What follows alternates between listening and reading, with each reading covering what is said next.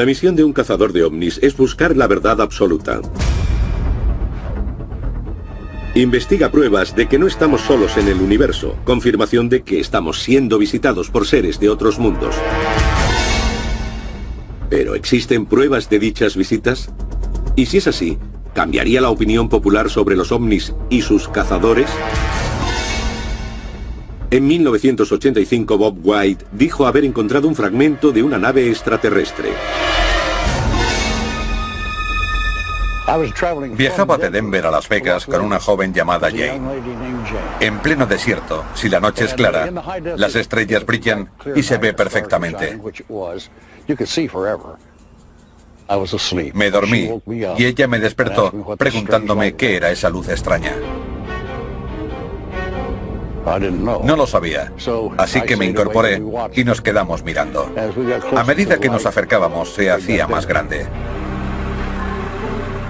Detuvimos el coche para verla mejor. Era muy brillante.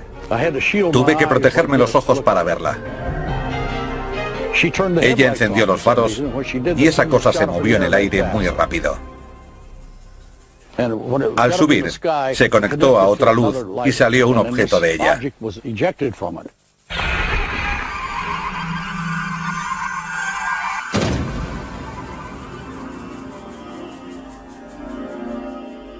Era rojo brillante y parecía una gota. Estaba demasiado caliente. No sabía qué demonios podía ser. No dejaba de preguntármelo. Cuando el objeto se enfrió, White lo metió en el maletero. Lo que están viendo es lo que recuperó White. Así se quedó cuando se enfrió. La única diferencia es el extremo final. Era redondeado, pero lo cortaron para analizarlo en Los Álamos. El fragmento irregular, que medía 22 centímetros de largo y pesaba 800 gramos, fue sometido a un análisis de isótopos y otras pruebas de composición en el Laboratorio Nacional de Los Álamos del Gobierno de Estados Unidos. Tras semanas de pruebas, White habló con un técnico. Estaba entusiasmado. Me dijo que era material extraterrestre y que llevaba toda su vida buscando algo así. Era maravilloso. Llamé al periodista Mike O'Brien para contárselo y él llamó al científico, pero a él se lo negó. Sus jefes le habían prohibido hablar con nadie sobre este asunto. Ese fue el final de la conversación. Los Álamos no respondería a preguntas de este programa sobre la muestra. White envió el objeto a 8 laboratorios diferentes, incluyendo el MIT, el Nuevo México Tech y el Scripps. Todos coincidían en que la estructura estaba compuesta principalmente de aluminio, pero White cree que su origen pudo quedar revelado en una de las pruebas. Una de las más importantes fue llevada a cabo por un científico cuyo equipo había encontrado un meteorito en la Antártida y otro en la India. Midieron los isótopos de estroncio y concluyeron que provenía de Marte. Esa misma gente analizó el objeto que yo encontré. Las mediciones de estroncio lo situaban entre los 2 de Marte. 40 años antes se había encontrado otro fragmento anómalo, casi idéntico al de White. La historia fue confirmada por documentos desclasificados del gobierno de Estados Unidos. Tienen un objeto casi idéntico a este, recuperado por el CIC, el Cuerpo de Contrainteligencia de los años 40 en Dinamarca. Sus palabras, no las mías, es que es un fragmento de platillo volante. En 2004, White se sometió a 3 pruebas del polígrafo ante agentes de la ley y de un experto que certificara su declaración. Pero no encontró ayuda. El viaje mermó sus ahorros y sus fuerzas. Yo no pedí que me pasara esto, no lo necesitaba, no lo quería. No quería que la gente me llamara un loco de los ovnis, ni siquiera creía en ellos. Pero cuando lo ves, cuando te pasa, tienes que creerlo. La búsqueda de la verdad de Bob White define al cazador de ovnis moderno. ¿Pero qué significa realmente? El término cazador de ovnis es muy peculiar porque cubre mucho campo. Se pueden cazar avistamientos, personas, documentos. Para mí es una combinación de todo eso más un público al que contárselo.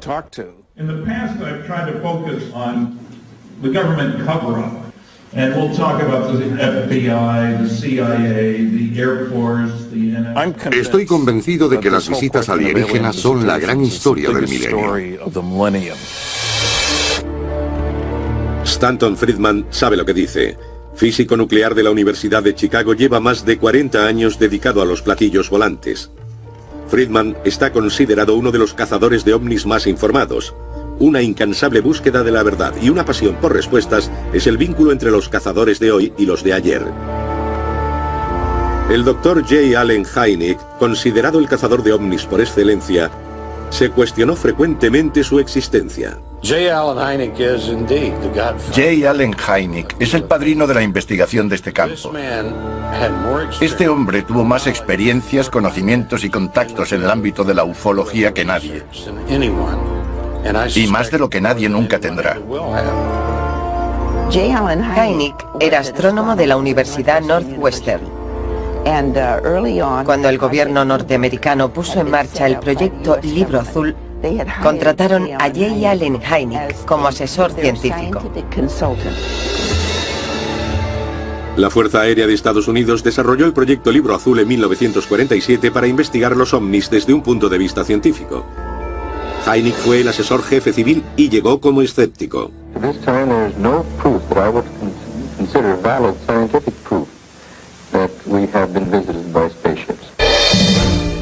Hynek advirtió que no estaba teniendo acceso pleno a los datos. Un ejemplo de ello fue la investigación del avistamiento de ovnis en 1968 sobre la base aérea de Minot, en Dakota del Norte. Las fuerzas aéreas le pidieron que investigara el caso. Cuando llegó a Dakota del Norte le prohibieron hablar con los testigos. Estaba claro que los mejores casos iban por otros cauces. Tras 21 años de trabajo con el gobierno, la opinión de Hynek sobre la realidad de los ovnis cambió. Cuando acabó el proyecto Libro Azul, Hynek concluyó que se debía estudiar en profundidad este fenómeno. El también cazador John Schuessler coincidió con él. Fue cofundador de la Mutual UFO Network, o MUFON, que hoy continúa investigando avistamientos. El MUFON se formó porque no había un lugar donde hacer llegar los informes. Nos convertimos en receptores de información. Schuessler y Hynek se ganaron el respeto del colectivo. Sin embargo, en el Instituto de Física Atmosférica de la Universidad de Arizona, apareció otro cazador que usó sus credenciales como científico para revolucionar las técnicas de sus colegas. Antes de que James McDonald entrara en nuestro campo de forma pública, la comunidad científica ignoraba completamente el fenómeno de los ovnis. McDonald fue el primer científico con prestigio en declarar abiertamente su interés. Sorprendió a sus colegas porque en esa época los científicos no se pronunciaban públicamente. Se les consideraría unos descerebrados. Ann Druffel lleva 57 años investigando ovnis. Ha encontrado los diarios personales de James McDonald y ha escrito su única biografía titulada Firestorm. Dio cientos de charlas sobre ovnis a grupos científicos. En su diario contaba que había tomado el fenómeno como un serio problema científico. Fue el gran cazador, por decirlo así. Jim McDonald estaba convencido de que era un asunto importante y logró que un congresista auspiciara una comisión en 1968. 6 científicos testificaron en persona, incluyendo a McDonald y Hynek, y 6 más de nosotros presentamos solo informes escritos. El Dr. Frank Drake siguió el ejemplo de McDonald. Profesor de astronomía en Cornell, Drake ayudó a crear uno de los nombres más famosos en el estudio de la vida en el universo, la búsqueda de inteligencia extraterrestre o programa SETI. El programa SETI busca la existencia de planetas en torno a otras estrellas. Y si existen, ¿cuál es el modo más sencillo de que se comuniquen con nosotros? Con radiotelescopios por todo el mundo, el SETI escudriña los cielos en busca de ondas de radio de otra vida inteligente en el universo. El Dr. Rudy Shield, científico del programa Smithsonian de Astrofísica de Harvard, cree que el SETI tiene sus fallos. En mi opinión, el SETI es una propuesta hecha por gente muy inteligente que cree comprender la tecnología extraterrestre lo bastante bien como para explotarla y darnos pruebas directas de civilizaciones extraterrestres. Los cazadores de ovnis son gente inteligente pero que hacen lo que todos ante algo que no podemos entender. Sacar las cámaras, los contadores Geiger y todo lo que tengamos a mano y observar. Felicito a los cazadores de ovnis porque creo que lo van a lograr antes.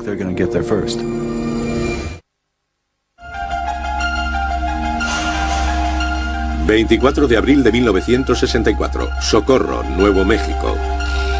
El policía Lonnie Zamora ve un objeto oval sobre 4 patas con 2 humanoides a menos de 30 metros a plena luz del día. El objeto asciende rápidamente dejando arbustos quemados y 4 marcas en el suelo.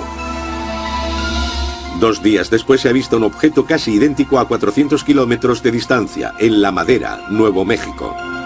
Ambos casos fueron investigados por el cazador J. Allen Hynek y el estudiante Ted Phillips. Empecé siendo muy escéptico y me convertí después de lo ocurrido en Socorro, Nuevo México. Había 4 marcas en el suelo, donde se habían posado las patas de aquella nave. Y lo que parecían huellas. Era un caso bastante bueno.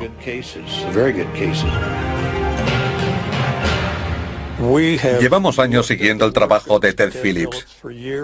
Respetamos lo que ha hecho. Antes de ser popular, ya reunía pruebas de aterrizajes de ovnis. Lo que él llama rastreo de aterrizajes. Son pruebas físicas de que está pasando algo.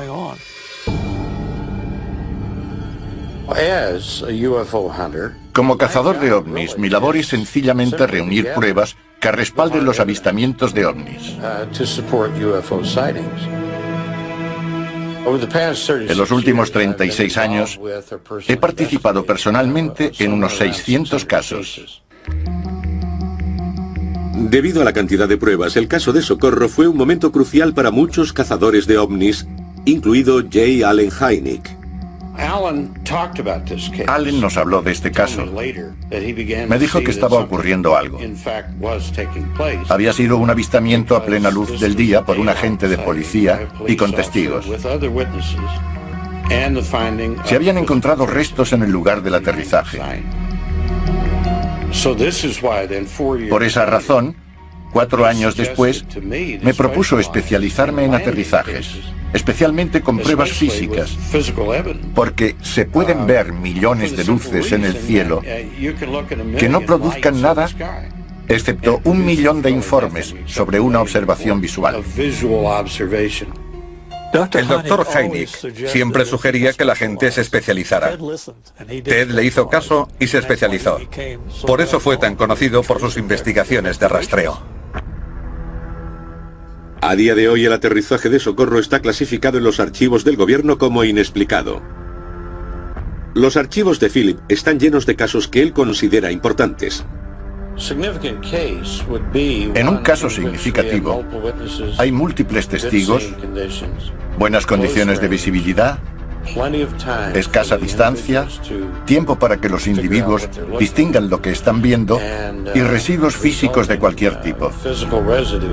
En otras palabras, el objeto está en un sitio y genera rastros físicos en las plantas, en el terreno, daños en árboles. Pueden ser de muchas maneras.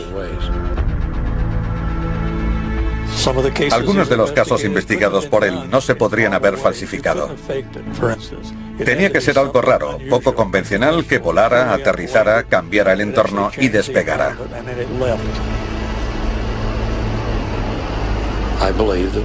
Son aparatos construidos con algún tipo de control inteligente. Me baso en datos y hechos. Punto. Mientras Phillips lidera las investigaciones en tierra, otros cazadores de ovnis buscan en el mar. Considerando que el agua cubre el 70% de nuestro planeta, una parte importante de la investigación ocurre en los océanos. Paul Stonehill ha pasado más de una década examinando documentos soviéticos desclasificados que detallan avistamientos. Cuando la Unión Soviética empezó a desintegrarse, decidí formar un centro de investigación de ovnis rusos que sirviera de puente entre los ufólogos soviéticos y sus homólogos norteamericanos.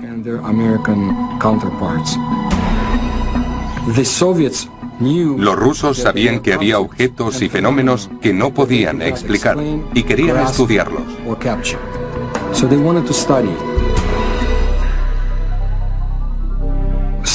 Los casos más interesantes se dieron en los años 60 y 70, cuando comandantes de submarinos soviéticos fueron perseguidos por objetos gigantescos. Enormes objetos que ascendían del océano. Grandes objetos con forma de puro se cernían sobre naves soviéticas. Las observaban y se movían a gran velocidad.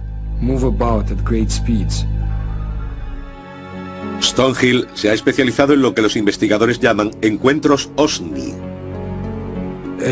Un OSNI es un objeto submarino no identificado.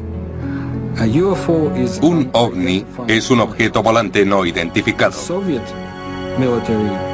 La inteligencia militar soviética, y especialmente la naval, se interesó por los OSNIs porque querían calcular la amenaza que representaban.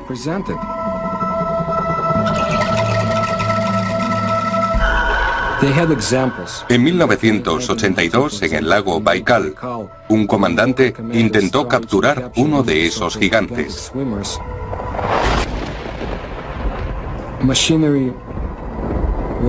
Pero esos seres destrozaron el artefacto y mataron a los hombres que intentaban capturar ese extraño fenómeno. El alto mando soviético decidió no perder más vidas humanas. No podían hacer nada con los llamados observadores. No es fácil estudiar el fenómeno OSNI y OVNI en la Unión Soviética y Rusia. El secreto siempre ha sido la norma, ya sea en Rusia o en la Unión Soviética. Lo que se oculta en los archivos es fascinante, hasta el punto de que cuando se desclasifiquen, si alguna vez se hace, cambiarán el curso de la historia de nuestro planeta.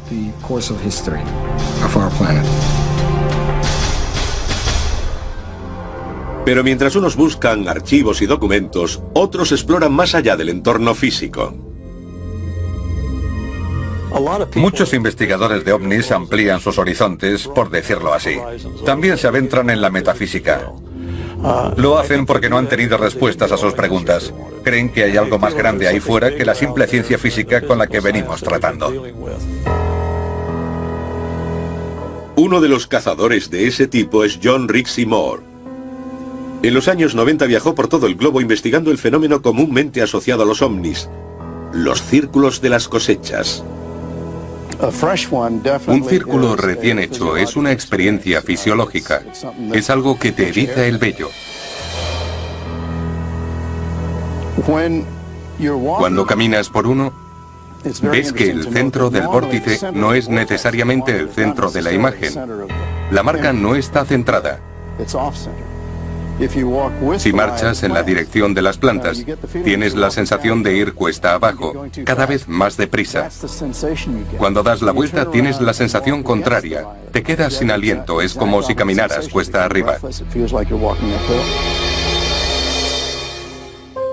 Algunos tienen una reacción tan fuerte que sienten náuseas a medida que se acercan.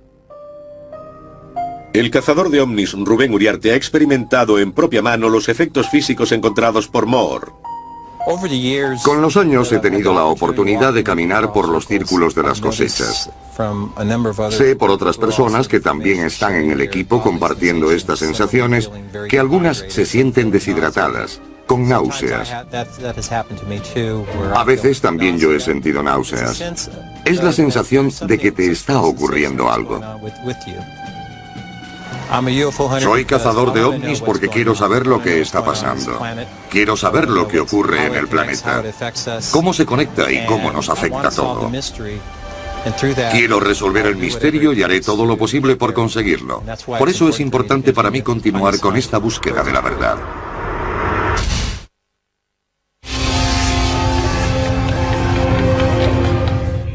Pesadillas. Extrañas imágenes recurrentes y tiempo perdido.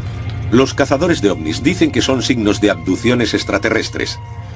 Pero los escépticos afirman que la ciencia moderna puede explicar estas experiencias.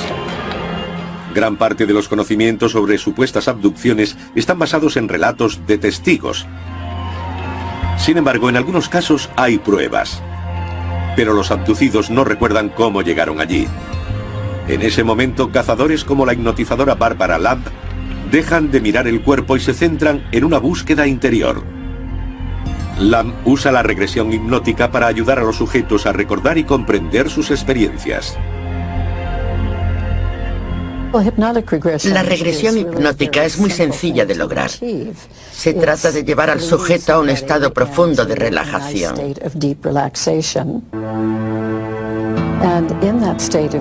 En ese estado, y con la atención centrada por entero en el interior, se le pide al sujeto que regrese a la fuente del asunto que le interesa.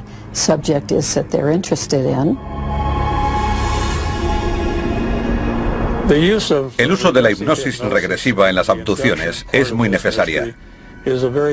Es una herramienta muy útil si se usa correctamente y muy valiosa. Hay que tener grandes conocimientos de la psique humana y Barbara Lamb es una de esas personas. He hecho regresiones a 480 individuos. Normalmente vienen a mí a hacer una regresión hipnótica porque tienen algún indicio, o quizá varios, de que les ha ocurrido algo raro. Bajo la regresión, los abducidos suelen describir interacciones aterradoras con extraterrestres. La gente tiene experiencias muy variadas con extraterrestres. Esos seres tienden a hacer experimentos médicos con los humanos. Toman muestras de tejido, de fluidos, de pelo. En muchos casos insertan implantes a la persona abducida. ¿Hay pruebas físicas de implantes en el cuerpo humano? El cazador de ovnis Roger Lear da el salto del mundo psicológico al estudio de los objetos físicos que se extraen del cuerpo. Soy cazador de ovnis y mi trabajo consiste en investigar esta pequeña parte de un fenómeno muy extraño. He sido podólogo 41 años. He investigado en muchos campos médicos y ahora he aplicado mis conocimientos científicos a los fenómenos de abducción física. El de Tim Cullen es uno de los primeros ejemplos. 30 de mayo de 1978.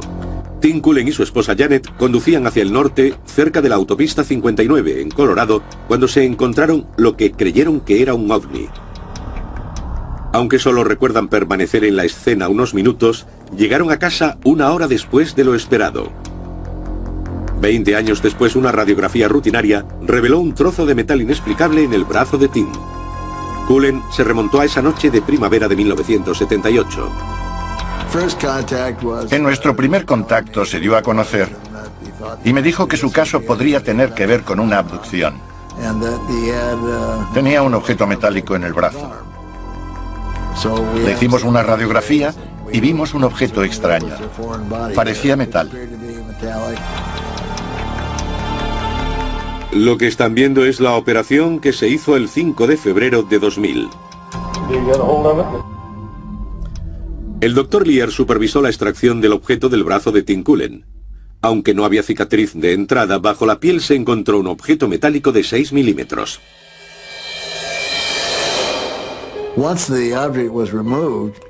Cuando se extrajo el objeto, descubrimos dos cosas sorprendentes. Por un lado, que no hubo respuesta inflamatoria al objeto, lo que casi es imposible. Y descubrimos gran número de células nerviosas que no pertenecían a esa zona, las llamadas propioceptoras. Los propioceptores son un racimo activo de terminaciones nerviosas. Suelen estar situados en manos y pies y responden al tacto, la temperatura y la presión. Según el Dr. Lear, no hay explicación médica para que estuvieran conectados a un trozo de metal. Cuando introducimos un objeto en el cuerpo, este lo rechaza y reacciona. Cuando se nos clava la mina de un lápiz, por ejemplo, enseguida tenemos una reacción inflamatoria. Pero en este caso no había nada. Solo por eso ya se podía decir que era un objeto extraño, completamente diferente a otros. Esas células nerviosas eran una especie de enchufe al que estaba conectado el objeto extraño y usaba la energía neuronal del cuerpo para funcionar. En otro caso parecido, contamos con un detector de radiofrecuencias. Detectamos dos frecuencias oscilantes que emitían desde el objeto. Cuando se extrajo, dejó de emitir. Obviamente, conectarlo a un punto del cuerpo le daba la energía que le hacía funcionar.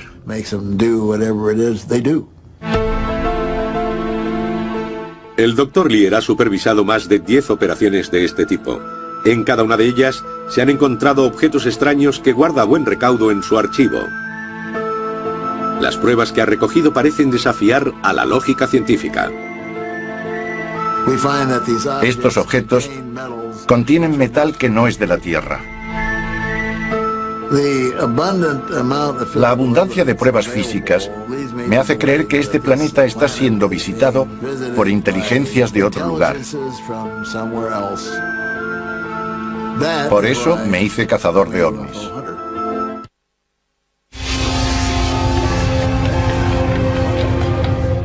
Validar las pruebas recogidas por los cazadores de ovnis es tan importante como descubrir objetos.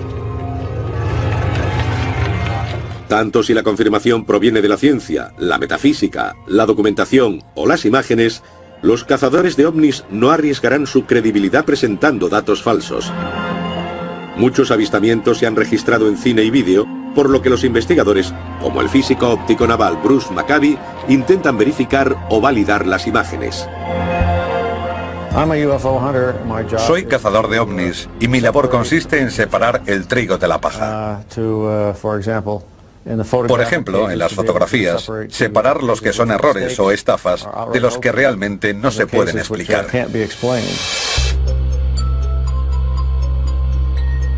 El Dr. Maccabee es autor de 3 decenas de artículos técnicos y más de 100 investigaciones en los últimos 25 años.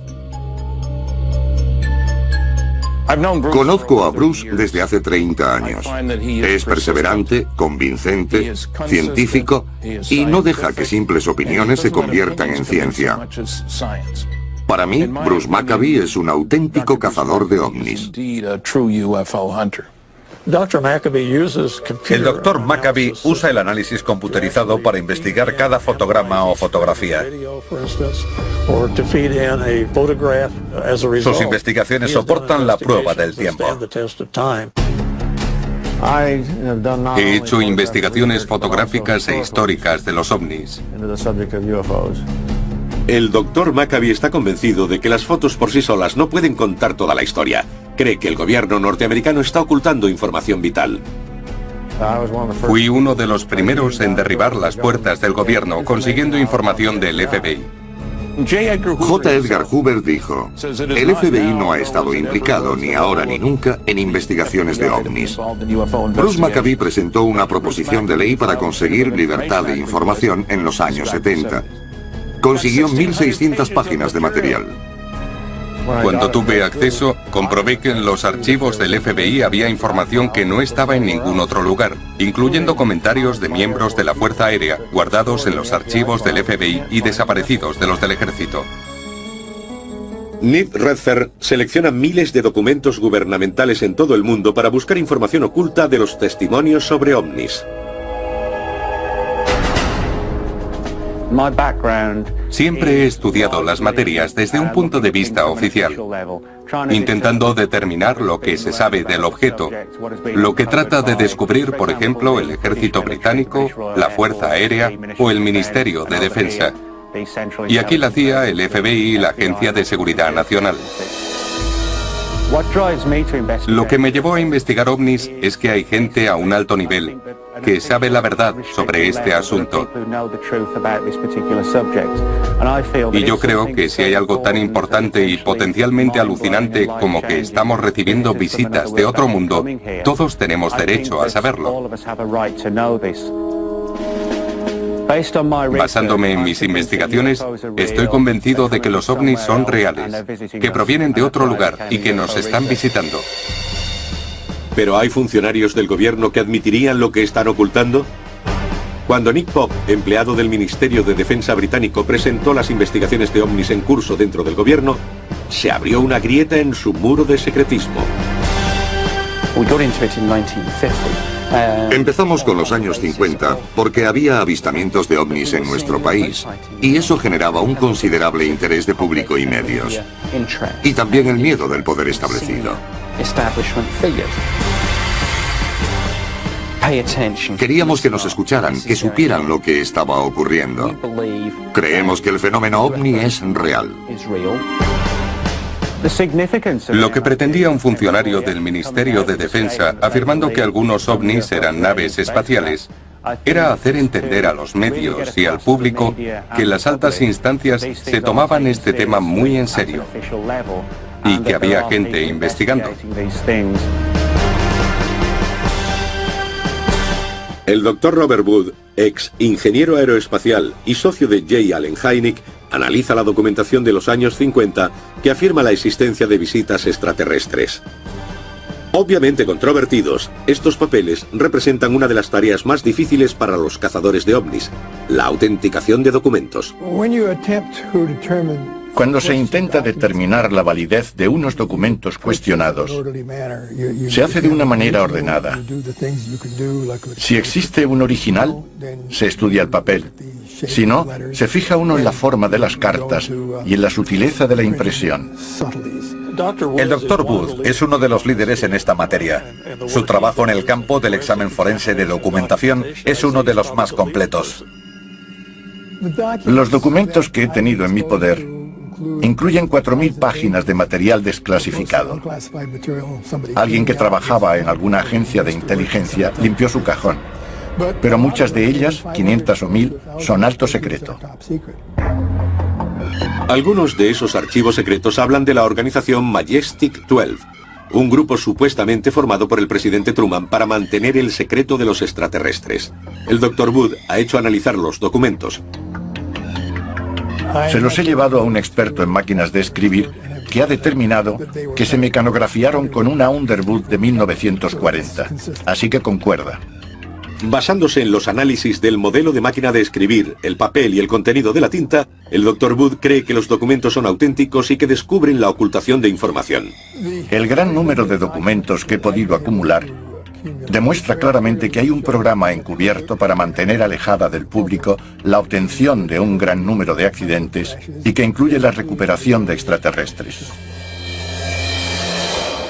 El Dr. Wood es un cazador de ovnis. Es muy bueno. Aunque los cazadores de ovnis son visibles en todo el mundo, tienen un problema de relaciones públicas. No se les toma en serio. El establecimiento de principios creíbles para la investigación recae en MUFON, la Mutual UFO Network con base en Denver, Colorado. es la mayor organización de investigación científica sobre ovnis de todo el mundo. Ha desarrollado un programa que forma a los interesados en hacer investigaciones. El trabajo del investigador no es expresar una opinión, no es influir en los testigos, sino mantener la boca cerrada, escuchar lo que tienen que contarle y darle una forma coherente, y tener una preparación que le permita enfocar el tema de la manera correcta.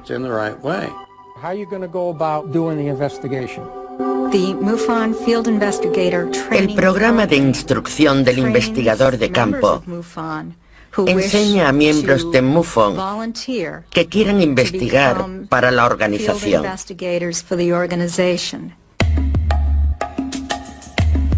Kathleen Martin es directora del programa y supervisa la preparación y progresos de más de 1000 cazadores de ovnis por todo el país. Ahora mismo, no hay ninguna organización auspiciada por el gobierno que haga este tipo de trabajo. Y la gente cree que es necesario hacer este tipo de labor. Peter Jeremiah es uno de los muchos implicados en el programa MUFON. Es experto en determinar quién se lo toma en serio y quién debe ser expulsado de sus filas. Mi objetivo al enseñar a otros es conseguir un investigador de calidad. No quiero crédulos que confundan cualquier cosa con un ovni. No quiero eso. Si siguen el manual del investigador y hacen la labor que se debe, se quedarán con lo que interesa y los otros casos se quedarán en el camino. Mi objetivo es conseguir investigadores de calidad.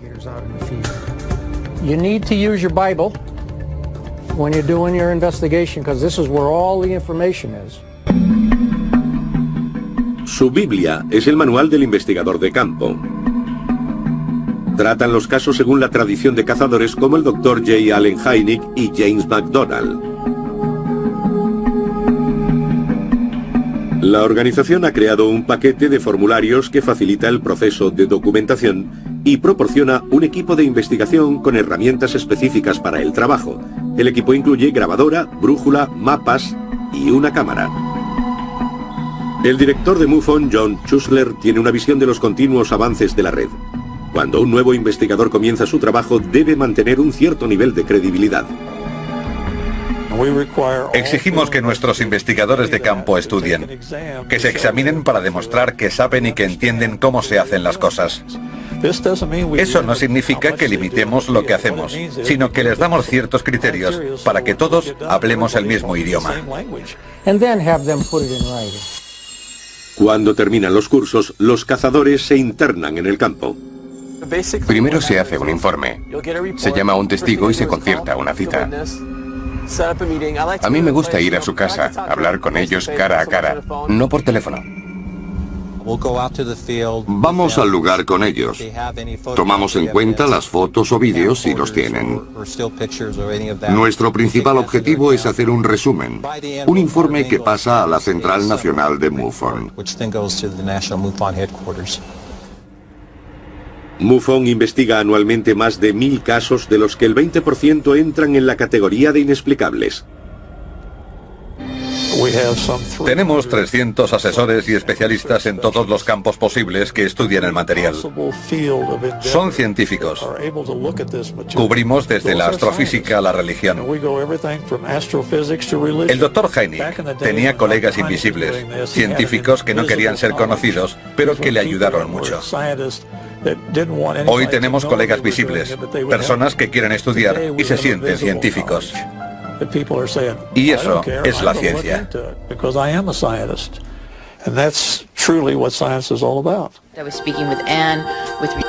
La información se discute y debate en las convenciones anuales, como la Conferencia Nacional de OVNIs de Los Ángeles, California. Los cazadores de ovnis vienen para aprender más. Buscan respuestas a lo que pueden haber visto, oído o por lo que han sentido curiosidad. Creo que algunos son cazadores de ovnis, buscan la verdad por sí mismos.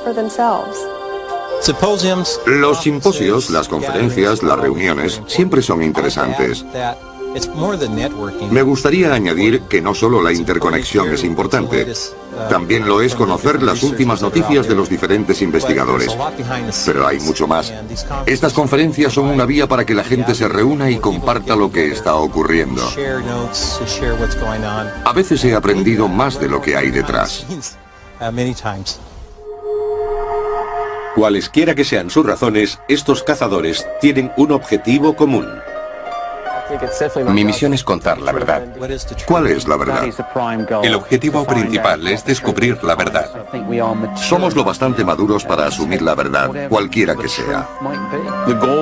El objetivo es llegar a la verdad, hacer lo que sea por descubrirla.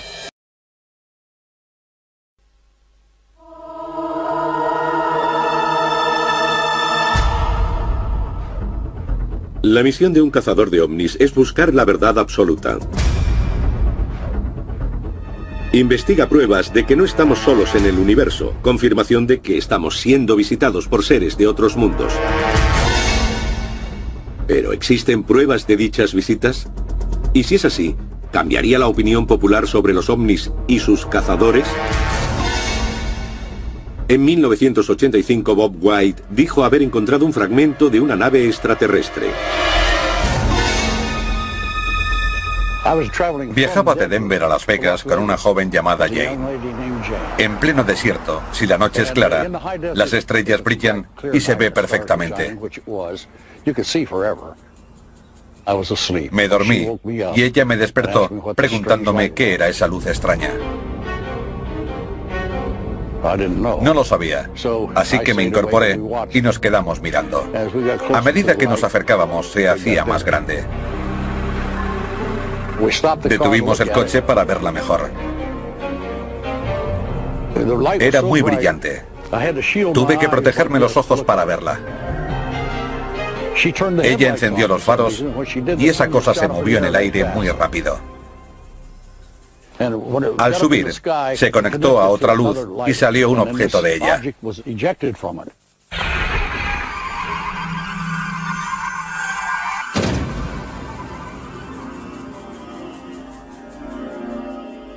Era rojo brillante y parecía una gota.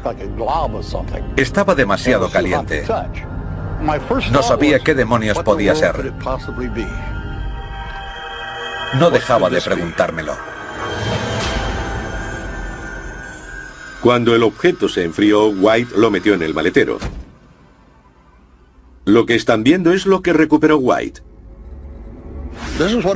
Así se quedó cuando se enfrió. La única diferencia es el extremo final. Era redondeado, pero lo cortaron para analizarlo en Los Álamos. El fragmento irregular, que medía 22 centímetros de largo y pesaba 800 gramos, fue sometido a un análisis de isótopos y otras pruebas de composición en el Laboratorio Nacional de Los Álamos del Gobierno de Estados Unidos. Tras semanas de pruebas, White habló con un técnico. Estaba entusiasmado. Me dijo que era material extraterrestre y que llevaba toda su vida buscando algo así. Era maravilloso. Llamé al periodista Mike O'Brien para contárselo y él llamó al científico. Pero a él se lo negó. Sus jefes le habían prohibido hablar con nadie sobre este asunto. Ese fue el final de la conversación. Los Álamos no respondería a preguntas de este programa sobre la muestra. White envió el objeto a 8 laboratorios diferentes, incluyendo el MIT, el Nuevo México Tech y el Scripps. Todos coincidían en que la estructura estaba compuesta principalmente de aluminio, pero White cree que su origen pudo quedar revelado en una de las pruebas. Una de las más importantes fue llevada a cabo por un científico cuyo equipo había encontrado un meteorito en la Antártida y otro en la India. Midieron los isótopos de estroncio y concluyeron que provenía de Marte. Esa misma gente analizó el objeto que yo encontré. Las mediciones de estroncio lo situaban entre los 2 de Marte. 40 años antes se había encontrado otro fragmento anómalo, casi idéntico al de White. La historia fue confirmada por documentos desclasificados del gobierno de Estados Unidos. Tienen un objeto casi idéntico a este, recuperado por el CIC, el Cuerpo de Contrainteligencia de los años 40 en Dinamarca. Sus palabras, no las mías, es que es un fragmento de platillo volante. En 2004, White se sometió a 3 pruebas del polígrafo ante agentes de la ley y de un experto que certificara su declaración. Pero no encontró ayuda. El viaje mermó sus ahorros y sus fuerzas. Yo no pedí que me pasara esto, no lo necesitaba, no lo quería. No quería que la gente me llamara un loco de los ovnis, ni siquiera creía en ellos. Pero cuando lo ves, cuando te pasa, tienes que creerlo. La búsqueda de la verdad de Bob White define al cazador de ovnis moderno. ¿Pero qué significa realmente? El término cazador de ovnis es muy peculiar porque cubre mucho campo. Se pueden cazar avistamientos, personas, documentos. Para mí es una combinación de todo eso más un público al que contárselo.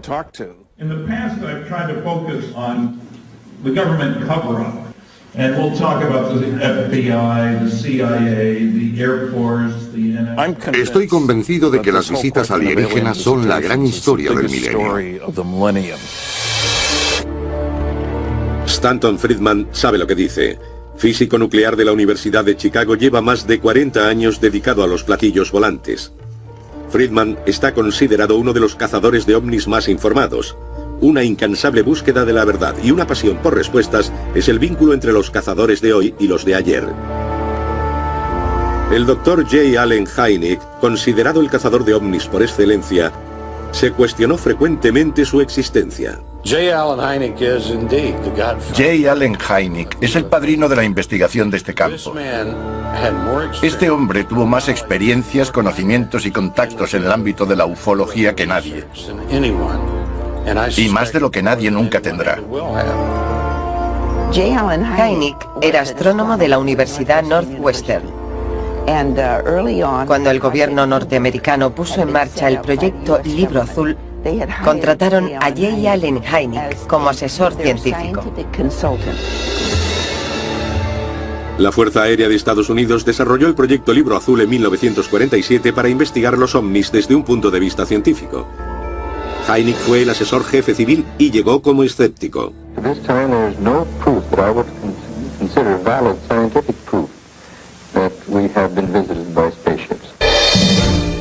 Hynek advirtió que no estaba teniendo acceso pleno a los datos. Un ejemplo de ello fue la investigación del avistamiento de ovnis en 1968 sobre la base aérea de Minot, en Dakota del Norte. Las fuerzas aéreas le pidieron que investigara el caso. Cuando llegó a Dakota del Norte le prohibieron hablar con los testigos. Estaba claro que los mejores casos iban por otros cauces. Tras 21 años de trabajo con el gobierno, la opinión de Hynek sobre la realidad de los ovnis cambió. Cuando acabó el proyecto Libro Azul, Hynek concluyó que se debía estudiar en profundidad este fenómeno.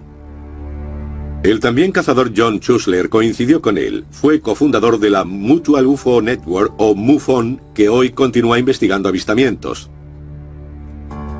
El MUFON se formó porque no había un lugar donde hacer llegar los informes. Nos convertimos en receptores de información. Schuessler y Hynek se ganaron el respeto del colectivo. Sin embargo, en el Instituto de Física Atmosférica de la Universidad de Arizona, apareció otro cazador que usó sus credenciales como científico para revolucionar las técnicas de sus colegas. Antes de que James McDonald entrara en nuestro campo de forma pública, la comunidad científica ignoraba completamente el fenómeno de los ovnis. McDonald fue el primer científico con prestigio en declarar abiertamente su interés. Sorprendió a sus colegas porque en esa época los científicos no se pronunciaban públicamente. Se les consideraría unos descerebrados. Ann Druffel lleva 57 años investigando ovnis. Ha encontrado los diarios personales de James McDonald y ha escrito su única biografía titulada Firestorm. Dio cientos de charlas sobre ovnis a grupos científicos. En su diario contaba que había tomado el fenómeno como un serio problema científico. Fue el gran cazador, por decirlo así. Jim McDonald estaba convencido de que era un asunto importante y logró que un congresista auspiciara una comisión en 1968. 6 científicos testificaron en persona, incluyendo a McDonald y Hynek, y 6 más de nosotros presentamos solo informes escritos. El doctor Frank Drake siguió el ejemplo de McDonald.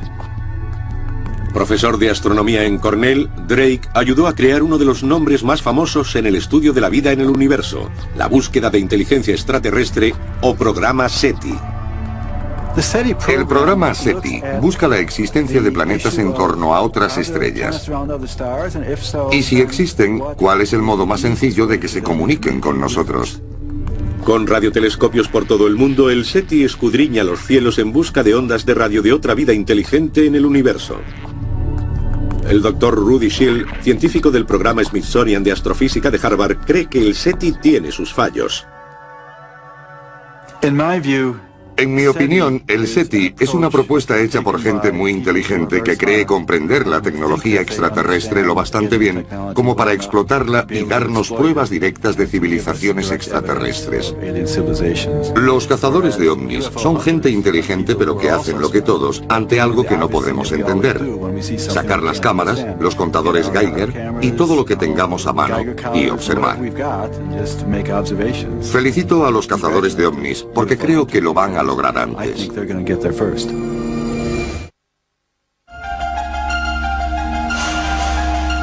24 de abril de 1964, Socorro, Nuevo México.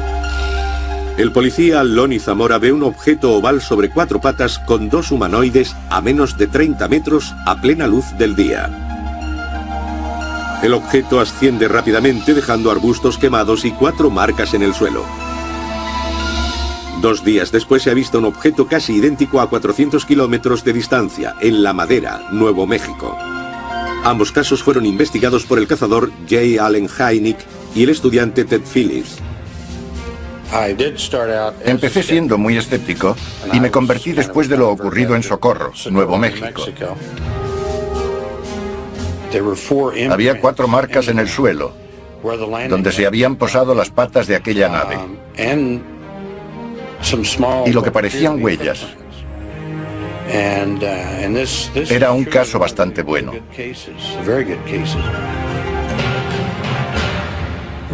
Llevamos años siguiendo el trabajo de Ted Phillips.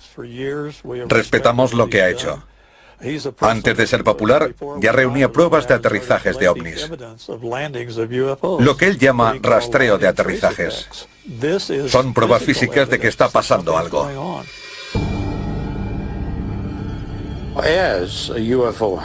Como cazador de ovnis, mi labor es sencillamente reunir pruebas que respalden los avistamientos de ovnis. En los últimos 36 años, he participado personalmente en unos 600 casos. Debido a la cantidad de pruebas, el caso de Socorro fue un momento crucial para muchos cazadores de ovnis, incluido J. Allen Hynek. Allen nos habló de este caso. Me dijo que estaba ocurriendo algo. Había sido un avistamiento a plena luz del día por un agente de policía y con testigos. Se habían encontrado restos en el lugar del aterrizaje. Por esa razón, 4 años después, me propuso especializarme en aterrizajes, especialmente con pruebas físicas, porque se pueden ver millones de luces en el cielo que no produzcan nada, excepto 1 millón de informes sobre una observación visual. El doctor Hynek siempre sugería que la gente se especializara. Ted le hizo caso y se especializó. Por eso fue tan conocido por sus investigaciones de rastreo. A día de hoy el aterrizaje de Socorro está clasificado en los archivos del gobierno como inexplicado. Los archivos de Philip están llenos de casos que él considera importantes. En un caso significativo, hay múltiples testigos, buenas condiciones de visibilidad, escasa distancia, tiempo para que los individuos distingan lo que están viendo y residuos físicos de cualquier tipo. En otras palabras, el objeto está en un sitio y genera rastros físicos en las plantas, en el terreno, daños en árboles. Pueden ser de muchas maneras. Algunos de los casos investigados por él no se podrían haber falsificado. Tenía que ser algo raro, poco convencional, que volara, aterrizara, cambiara el entorno y despegara.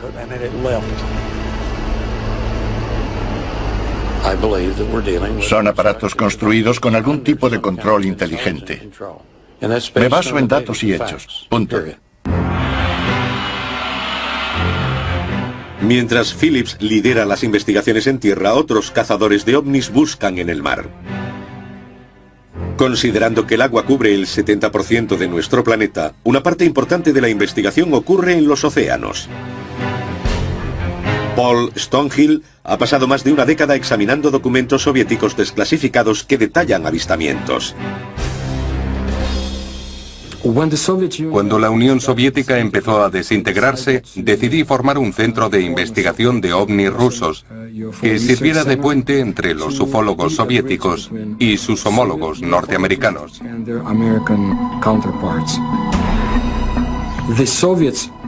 Los rusos sabían que había objetos y fenómenos que no podían explicar y querían estudiarlos.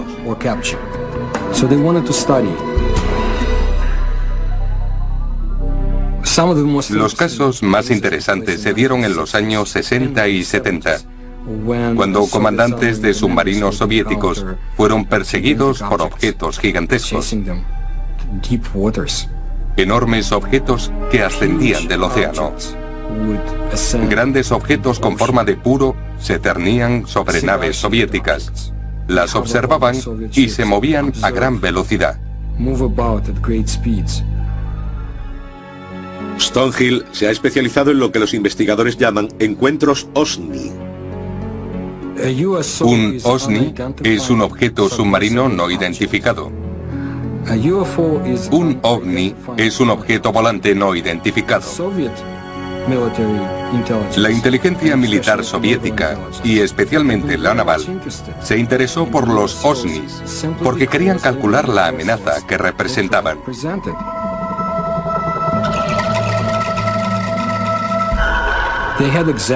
En 1982, en el lago Baikal, un comandante intentó capturar uno de esos gigantes.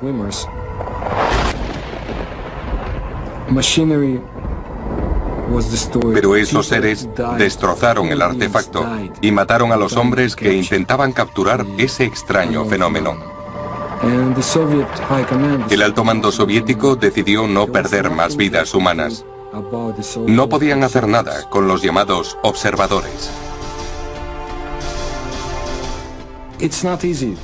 No es fácil estudiar el fenómeno OSNI y OVNI en la Unión Soviética y Rusia. El secreto siempre ha sido la norma, ya sea en Rusia o en la Unión Soviética. Lo que se oculta en los archivos es fascinante, hasta el punto de que cuando se desclasifiquen, si alguna vez se hace, cambiarán el curso de la historia de nuestro planeta.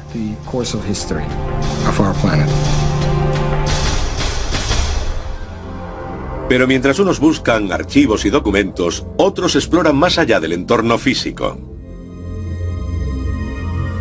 Muchos investigadores de ovnis amplían sus horizontes, por decirlo así. También se adentran en la metafísica.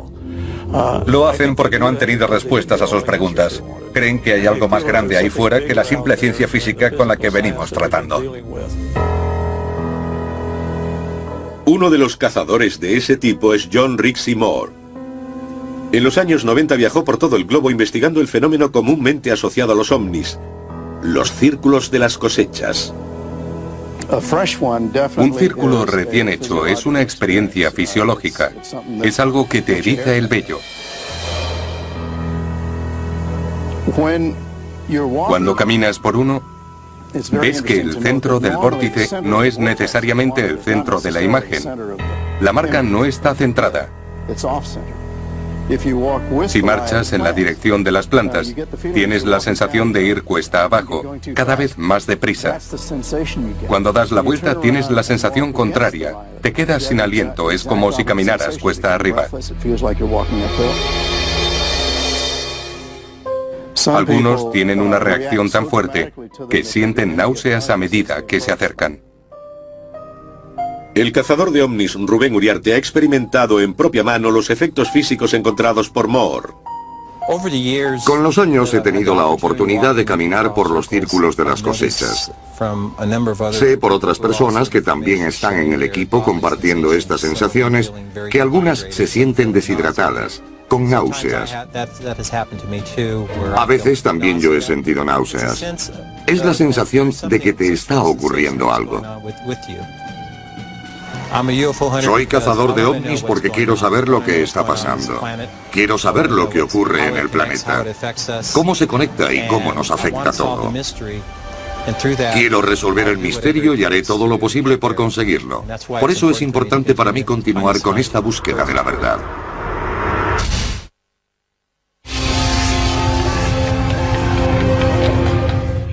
Pesadillas.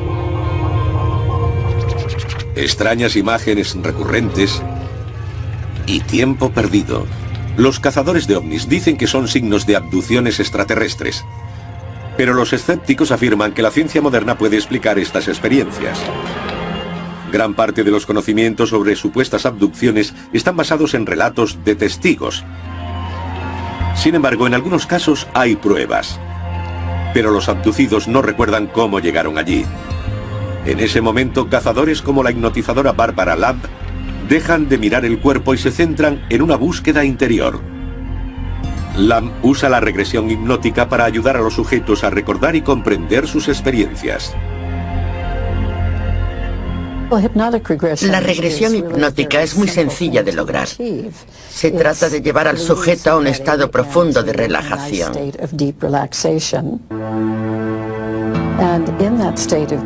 En ese estado, y con la atención centrada por entero en el interior, se le pide al sujeto que regrese a la fuente del asunto que le interesa.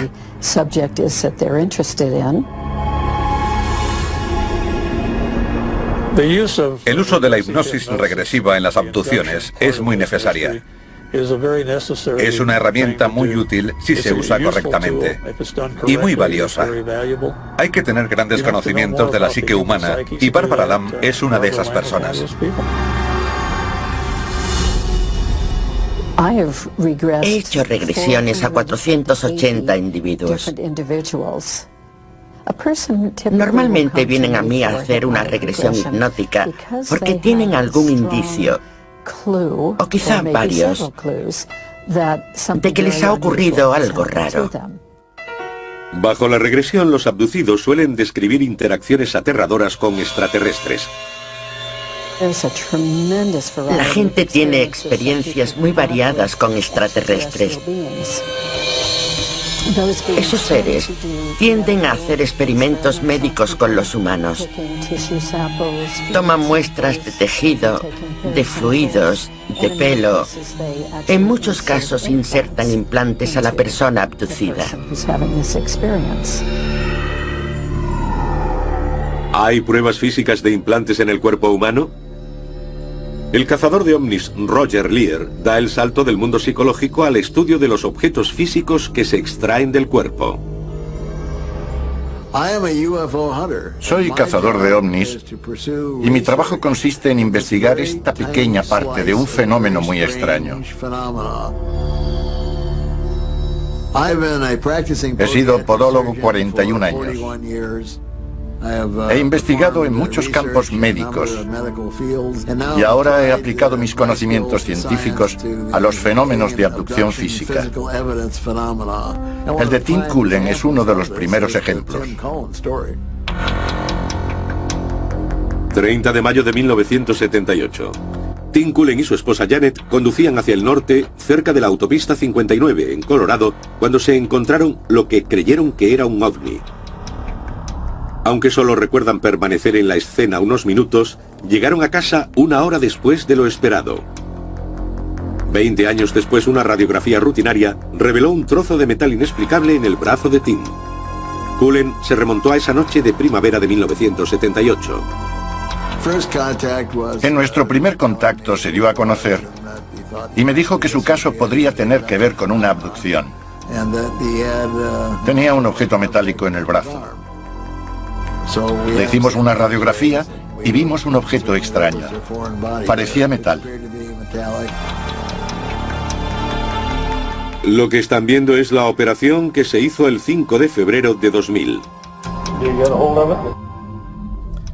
El Dr. Lear supervisó la extracción del objeto del brazo de Tim Cullen. Aunque no había cicatriz de entrada, bajo la piel se encontró un objeto metálico de 6 milímetros.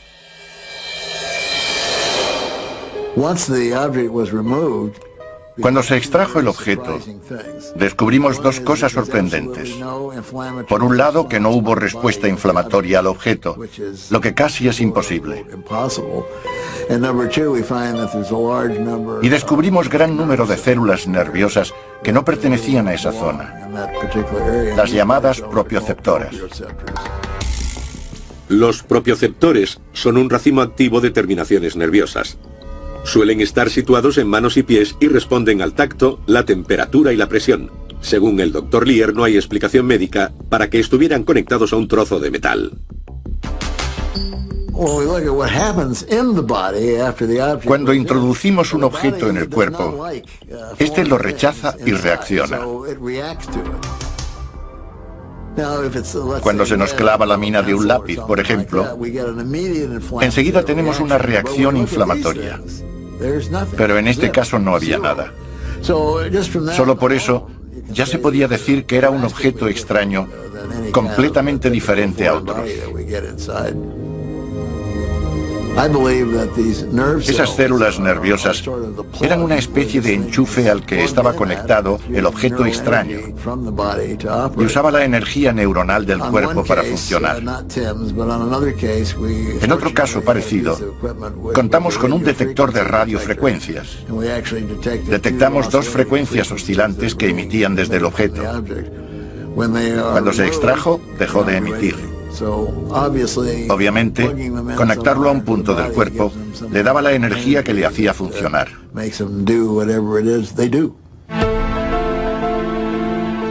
El Dr. Lear ha supervisado más de 10 operaciones de este tipo. En cada una de ellas se han encontrado objetos extraños que guarda buen recaudo en su archivo. Las pruebas que ha recogido parecen desafiar a la lógica científica. Estos objetos contienen metal que no es de la Tierra. La abundancia de pruebas físicas me hace creer que este planeta está siendo visitado por inteligencias de otro lugar. Por eso me hice cazador de ovnis.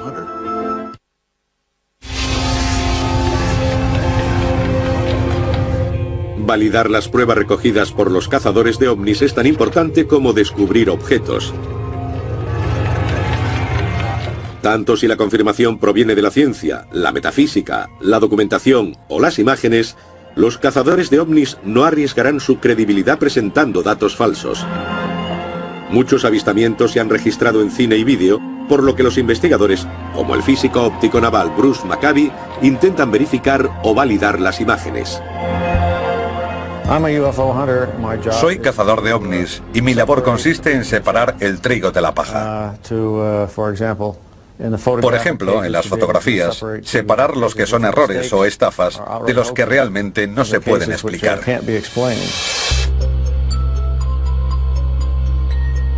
El Dr. Maccabi es autor de 3 decenas de artículos técnicos y más de 100 investigaciones en los últimos 25 años.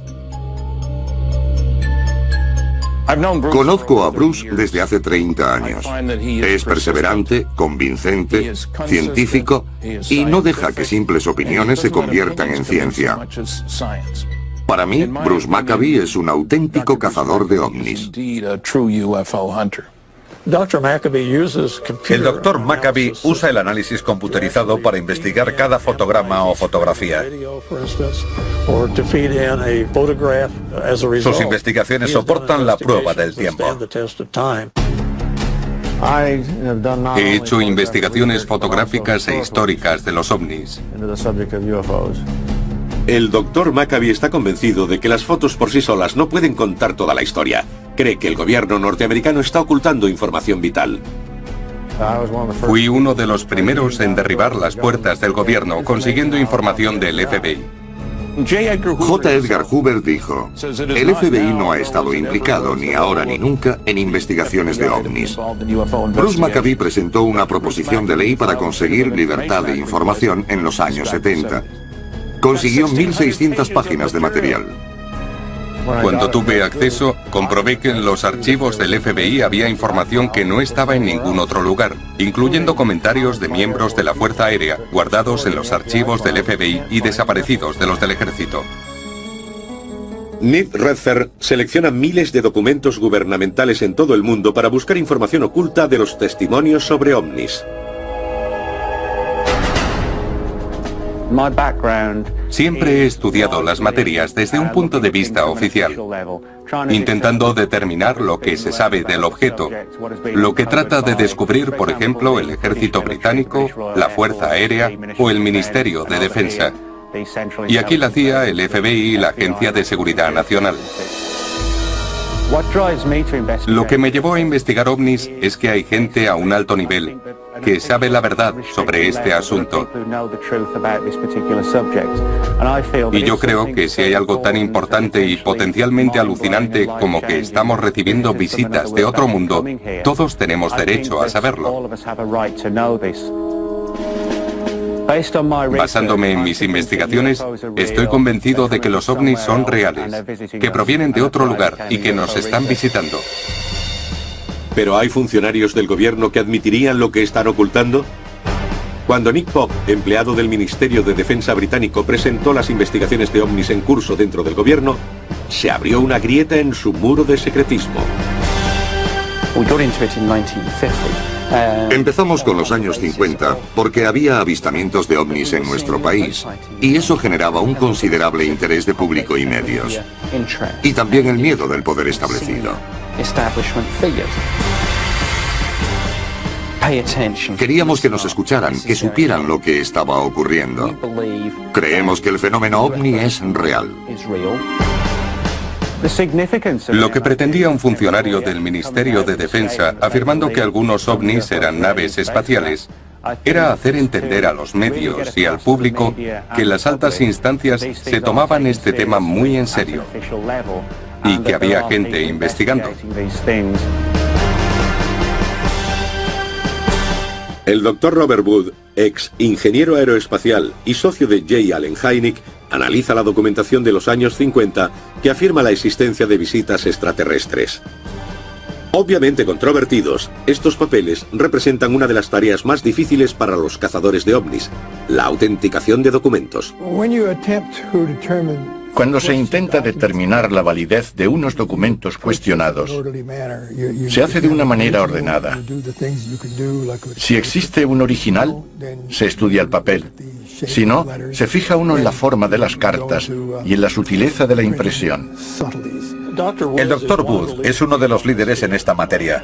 Su trabajo en el campo del examen forense de documentación es uno de los más completos. Los documentos que he tenido en mi poder incluyen 4.000 páginas de material desclasificado. Alguien que trabajaba en alguna agencia de inteligencia limpió su cajón, pero muchas de ellas, 500 o 1.000, son alto secreto. Algunos de esos archivos secretos hablan de la organización Majestic 12, un grupo supuestamente formado por el presidente Truman para mantener el secreto de los extraterrestres. El Dr. Wood ha hecho analizar los documentos. Se los he llevado a un experto en máquinas de escribir que ha determinado que se mecanografiaron con una Underwood de 1940, así que concuerda. Basándose en los análisis del modelo de máquina de escribir, el papel y el contenido de la tinta, el Dr. Wood cree que los documentos son auténticos y que descubren la ocultación de información. El gran número de documentos que he podido acumular demuestra claramente que hay un programa encubierto para mantener alejada del público la obtención de un gran número de accidentes y que incluye la recuperación de extraterrestres. El Dr. Wood es un cazador de ovnis. Es muy bueno. Aunque los cazadores de ovnis son visibles en todo el mundo, tienen un problema de relaciones públicas. No se les toma en serio. El establecimiento de principios creíbles para la investigación recae en MUFON, la Mutual UFO Network, con base en Denver, Colorado. Es la mayor organización de investigación científica sobre ovnis de todo el mundo. Ha desarrollado un programa que forma a los interesados en hacer investigaciones.